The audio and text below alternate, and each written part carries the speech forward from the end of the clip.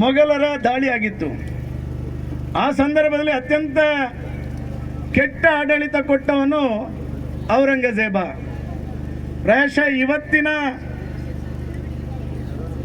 ರಾಜಕಾರಣದ ವ್ಯವಸ್ಥೆಯಲ್ಲಿ ಇಡೀ ದೇಶದಲ್ಲಿ ಯಾರಾದರೂ ಒಬ್ಬ ಮುಖ್ಯಮಂತ್ರಿ ಔರಂಗಜೇಬನ ರೀತಿಯಲ್ಲಿ ಆಡಳಿತವನ್ನು ಮಾಡ್ತಾ ಇದ್ರೆ ಅದು ಕಾಂಗ್ರೆಸ್ನ ಸಿದ್ದರಾಮಯ್ಯ ಅವರು ಎನ್ನುವಂಥದ್ದನ್ನು ಈ ಸಂದರ್ಭದಲ್ಲಿ ನಾನು ಘಂಟಾಘೋಷವಾಗಿ ಹೇಳ್ತೇನೆ. ಸಿದ್ದರಾಮಯ್ಯ ಅವರು ಮತ್ತು ಔರಂಗಜೇಬ ಇಬ್ಬರಲ್ಲಿ ಯಾವುದೇ ರೀತಿಯಾಗಿರ್ತಕ್ಕಂಥ ವ್ಯತ್ಯಾಸಗಳಿಲ್ಲ. ಒಂದು ಉದಾಹರಣೆಯನ್ನು ಕೊಡ್ತೇನೆ. ಇವತ್ತಿನ ರಾಜ್ಯದಲ್ಲಿ ತೆರಿಗೆ ಸಂಗ್ರಹವನ್ನು ಮಾಡಿ ಆ ತೆರಿಗೆ ಲೂಟಿಯನ್ನು ಮಾಡ್ತಕ್ಕಂಥ ಸಿದ್ದರಾಮಯ್ಯ ಅವರು ಅವರಿಗೆ ಪ್ರೇರಣೆ ಯಾರಿದ್ದಾರೆ ಅಂತ ಹೇಳಿದ್ರೆ ಔರಂಗಜೇಬ. ಒಮ್ಮೆ ನೆನಪು ಮಾಡಿಕೊಳ್ಬೇಕು, ಈ ರಾಜ್ಯದ ಹಿಂದೂಗಳೊಮ್ಮೆ ನೆನಪು ಮಾಡಿಕೊಳ್ಬೇಕು. ಇವತ್ತು ತೆರಿಗೆಯ ಮೂಲಕ ದೋಷಿಸ್ತಕ್ಕಂಥ ಹಣ ಯಾರಿಂದ ಅಂತ ಕೇಳಿದ್ರೆ ಬಹುಸಂಖ್ಯಾತ ಹಿಂದೂಗಳ ಹಣದಿಂದ ಇವತ್ತು ಮುಸಲ್ಮಾನರಿಗೆ ಇವತ್ತು ಬೇರೆ ಬೇರೆ ರೀತಿಯಾಗಿರ್ತಕ್ಕಂಥ ಯೋಜನೆಗಳನ್ನು ಕೊಡ್ತಾ ಇರ್ತಕ್ಕಂಥದ್ದು. ಇವತ್ತು ಸಿದ್ದರಾಮಯ್ಯ ಅವರೇ, ನೀವು ಹಿಂದೂಗಳ ಬಹುಸಂಖ್ಯಾತ ಹಿಂದೂಗಳಿಂದ ಹೆಚ್ಚು ತೆರಿಗೆ ಸಂಗ್ರಹವನ್ನು ಬೇರೆ ಬೇರೆ ರೀತಿಯಲ್ಲಿ ಮಾಡಿಕೊಂಡು ಮುಸಲ್ಮಾನರಿಗೆ ಹಂಚಿಕೆಯನ್ನು ಮಾಡ್ತಾ ಇದ್ದೀರಲ್ಲ, ನಿಮ್ಮದೇ ರೀತಿಯಲ್ಲಿ ಔರಂಗಜೇಬ ಅವತ್ತು ಜಜಿಯಾ ಎನ್ನುವಂಥ ಹಿಂದೂಗಳ ಮೇಲಿನ ತೆರಿಗೆಯ ಮೂಲಕ ಅವತ್ತು ಮುಸಲ್ಮಾನರಿಗೆ ಆಡಳಿತವನ್ನು ಮಾಡ್ತಾ ಇದ್ದ ಅಂತ ನೀಚ ಆಡಳಿತವನ್ನು ಇವತ್ತು ಕರ್ನಾಟಕ ರಾಜ್ಯದಲ್ಲಿ ಕೊಡ್ತಾ ಇದ್ರೆ ಅದು ಸಿದ್ದರಾಮಯ್ಯ ಅವರು ಎನ್ನುವಂಥದ್ದನ್ನು ಈ ಸಂದರ್ಭದಲ್ಲಿ ಹೇಳ್ತೇನೆ. ನಾನು ಮತ್ತೊಮ್ಮೆ ಹೇಳ್ತೇನೆ, ಈ ರಾಜ್ಯದಲ್ಲಿ ಯಾರ್ದು ಆಡಳಿತ ಇದೆ? ಈ ರಾಜ್ಯದಲ್ಲಿ ಯಾರ್ದು ಆಡಳಿತ ಇದೆ? ಈ ರಾಜ್ಯದಲ್ಲಿ ಯಾರ್ದು ಆಡಳಿತ ಇದೆ? ಔರಂಗಜೇಬನ ಆಡಳಿತ ಇದೆ. ಆ ಕಾರಣಕ್ಕೋಸ್ಕರ ಈ ರಾಜ್ಯದ ಮಹಿಳೆಯರಿಗೆ ರಕ್ಷಣೆ ಇಲ್ಲ. ಬೀದರ್ನಿಂದ ಪ್ರಾರಂಭ ಆಗಿ ಚಾಮರಾಜನಗರದವರೆಗೆ, ಕೋಲಾರದಿಂದ ಉಡುಪಿಯವರೆಗೆ ಇವತ್ತು ಅತ್ಯಾಚಾರ ಅನಾಚಾರಗಳು ಇವತ್ತು ಈ ರಾಜ್ಯದಲ್ಲಿ ತಾಂಡವಾಡ್ತಾ ಇದೆ.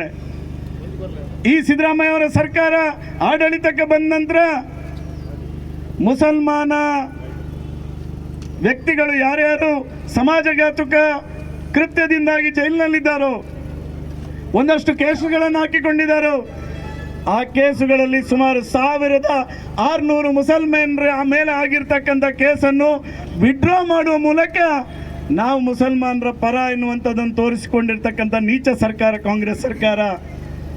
ಸನ್ಮಾನ್ಯ ಡಿ ಕೆ ಶಿವಕುಮಾರ್ ಅವರು ಮಂಗಳೂರಿಗೆ ಬಂದು ಹೇಳ್ತಾರೆ, ಮಂಗಳೂರಿನಲ್ಲಿ ರಿಕ್ಷಾದಲ್ಲಿ ಕುಕ್ಕರ್ ಬಾಂಬ್ ಸ್ಫೋಟ ಆಗಿದ್ರೆ ಆ ಸ್ಫೋಟ ಮಾಡಿರ್ತಕ್ಕಂಥ ಬಂಧುಗಳು ನನ್ನ ಸಹೋದರರು ಅಂತ ನಾಚಿಗೇಡಿನ ಮಾತನ್ನು ಹೇಳ್ತಾರೆ. ಮುಖ್ಯಮಂತ್ರಿ ಸಿದ್ದರಾಮಯ್ಯ ಅವರು ಹುಬ್ಬಳ್ಳಿಯ ಮುಸಲ್ಮಾನರ ಸಮಾವೇಶದಲ್ಲಿ ಹೇಳ್ತಾರೆ, 2 ವರ್ಷದಲ್ಲಿ 10,000 ಕೋಟಿ ರೂಪಾಯಿ ನಿಮಗೆ ಯೋಜನೆಗೋಸ್ಕರ ನಾನು ಕೊಟ್ಟಿದ್ದೇನೆ ಎನ್ನುವಂಥದ್ದನ್ನು ಹೇಳಬೇಕಾದ್ರೆ ಈ ರಾಜ್ಯದಲ್ಲಿ ಇರ್ತಕ್ಕಂಥ ಹಿಂದೂಗಳು ಏನು ಅನ್ಯಾಯ ಮಾಡಿದ್ರು? ಈ ರಾಜ್ಯದಲ್ಲಿರ್ತಕ್ಕಂಥ ಹಿಂದೂಗಳು ಇವತ್ತು ರಸ್ತೆಗಿಳಿದಿದ್ದಾರೆ ಅಂತ ಹೇಳಿದ್ರೆ ಖಂಡಿತ ನಾನು ಹೇಳ್ತೇನೆ, 2028ರವರೆಗೆ ಸಿದ್ದರಾಮಯ್ಯ ಅವರು ನಿಮ್ಮನ್ನು ಕಾಯಲಿಕ್ಕೆ ಬಿಡೋದಿಲ್ಲ. ಅದಕ್ಕಿಂತ ಮುಂಚೆನೆ ನಾವು ಮೊನ್ನೆ ಶಿವಾಜಿಯ ಮಗ ಶಾಂಬಾಜಿಯ ಸಿನಿಮಾವನ್ನು ನೋಡಿ ಈಗ ಪ್ರೇರಣೆಗೊಂಡಿದ್ದೇವೆ. ಶಾಂಬಾಜಿಯ ರೀತಿಯಲ್ಲೇ ಕಾಂಗ್ರೆಸ್ ಸರ್ಕಾರವನ್ನು ಹೊಡೆದೋಡಿಸ್ತಕ್ಕಂಥ ಕೆಲಸವನ್ನು ಈ ರಾಜ್ಯದ ಹಿಂದೂಗಳು ಮಾಡ್ತೇವೆ ಅನ್ನುವಂಥ ಮಾತನ್ನು ಈ ಸಂದರ್ಭದಲ್ಲಿ ಹೇಳ್ತೇನೆ. ಹಿಂದೂ ಸಮಾಜದ ಮೇಲೆ ದಬ್ಬಾಳಿಕೆಗಳು ಒಂದು ಕಡೆ ಆದರೆ, ಅಲ್ಪಸಂಖ್ಯಾತರ ತುಷ್ಟೀಕರಣ, ನಾವು ಮಾತೆತ್ತಿದ್ರೆ ಸಂವಿಧಾನದ ರಕ್ಷಕರು, ಅಂಬೇಡ್ಕರ್ ಅವರ ಆಶಯಕ್ಕೆ, ಅಂಬೇಡ್ಕರ್ ಅವರ ತತ್ವ ಸಿದ್ಧಾಂತಕ್ಕೆ ನಾವು ಕಟಿಬದ್ಧರು ಅಂತ ಹೇಳ್ತಕ್ಕಂಥವ್ರು ಯಾರು? ಕಾಂಗ್ರೆಸ್ನವರು. ಆದರೆ ನಾವು ಆತ್ಮಸಾಕ್ಷಿಯಾಗಿ ಅಂಬೇಡ್ಕರ್ ಅವರ ತತ್ವ ಸಿದ್ಧಾಂತವನ್ನು ಈ ದೇಶದಲ್ಲಿ ಜಾರಿಗೆ ತಂದು ನರೇಂದ್ರ ಮೋದಿ ಅವರು ಅಂಬೇಡ್ಕರ್ ಅವರಿಗೆ ಸಂವಿಧಾನಕ್ಕೆ ಗೌರವ ಕೊಟ್ಟಿರ್ತಕ್ಕಂಥ ಈ ದೇಶದ ಅತ್ಯಂತ ಶ್ರೇಷ್ಠ ಪ್ರಧಾನಮಂತ್ರಿ ಸನ್ಮಾನ್ಯ ನರೇಂದ್ರ ಮೋದಿ ಅವರು ಇವತ್ತು 4% ಗುತ್ತಿಗೆಯಲ್ಲಿ ಮುಸಲ್ಮಾನರಿಗೆ ಮೀಸಲಾತಿ ಕೊಟ್ಟರಲ್ಲ. ಸಿದ್ದರಾಮಯ್ಯ ಅವರ ಹತ್ರ ನಾನು ಪ್ರಶ್ನೆ ಮಾಡ್ತೇನೆ, ಮಲ್ಲಿಕಾರ್ಜುನ ಖರ್ಗೆ ಅವರ ಹತ್ರ ನಾನು ಪ್ರಶ್ನೆ ಮಾಡ್ತೇನೆ, ಡಿ ಕೆ ಶಿವಕುಮಾರ್ ಹತ್ರ ನಾನು ಪ್ರಶ್ನೆ ಮಾಡ್ತೇನೆ, ವಿನಯ್ ಕುಮಾರ್ ಸೊರಕೆ ಅವರ ಹತ್ರ ನಾನು ಪ್ರಶ್ನೆ ಮಾಡ್ತೇನೆ. ನೀವು ಅಂಬೇಡ್ಕರ್ ಅವರ ಆಶಯಕ್ಕೆ ಬದ್ಧ ಆಗಿದ್ರೆ ಅವತ್ತು ಸಂವಿಧಾನ ರಚನಾ ಸಭೆಯಲ್ಲಿ ಅಂಬೇಡ್ಕರ್ ಅವರು ಒಂದು ಮಾತು ಹೇಳಿದ್ರಲ್ಲ, ಇತಿಹಾಸದ ಪುಟವನ್ನು ಬಿಡಿಸಿ ನೋಡಿ. ಅಂಬೇಡ್ಕರ್ ಹೇಳಿದರು, ಈ ದೇಶವನ್ನು 600 ವರ್ಷಗಳ ಕಾಲ ಆಡಳಿತ ಮಾಡಿರ್ತಕ್ಕಂಥ ಮತೀಯವಾದಿಗಳಾಗಿರ್ತಕ್ಕಂಥ ಮುಸಲ್ಮಾನರಿಗೆ ಯಾವುದೇ ಕಾರಣದಲ್ಲಿ ಧರ್ಮದ ಆಧಾರಿತವಾಗಿ ಮೀಸಲಾತಿ ಕೊಡಬಾರದು ಅಂತ ಹೇಳಿರ್ತಕ್ಕಂಥವ್ರು ಅಂಬೇಡ್ಕರ್ ಅವರು. ನೀವು ಹೇಗೆ ಸ್ವಾಮಿ ಅಮ್ಮಿ ಇವತ್ತು 4% ಮೀಸಲಾತಿಯನ್ನು ಕೊಟ್ರಿ? ನಾನು ಇವತ್ತು ಘಂಟಾಘೋಷವಾಗಿ ಈ ಶ್ರೀಕೃಷ್ಣನ ಮಣ್ಣಿನಿಂದ ಹೇಳ್ತೇನೆ, ಕಾಂಗ್ರೆಸ್ನವರು ಸಂವಿಧಾನ ವಿರೋಧಿ, ಕಾಂಗ್ರೆಸ್ನವರು ಅಂಬೇಡ್ಕರ್ ವಿರೋಧಿ ಅನ್ನುವಂಥದ್ದನ್ನು ಈ ಸಂದರ್ಭದಲ್ಲಿ ನಾನು ಹೇಳ್ತೇನೆ. ಬಜೆಟ್ನಲ್ಲಿ ಯಾರಿಗೆ ಕೇಳಿದರೆ ಓನ್ಲಿ ಮುಸಲ್ಮಾನರನ್ನು ಬಿಟ್ಟರೆ ಬಜೆಟಲ್ಲಿ ಇನ್ನೊಬ್ಬರಿಗೆ ಅನುದಾನಗಳಿಲ್ಲ.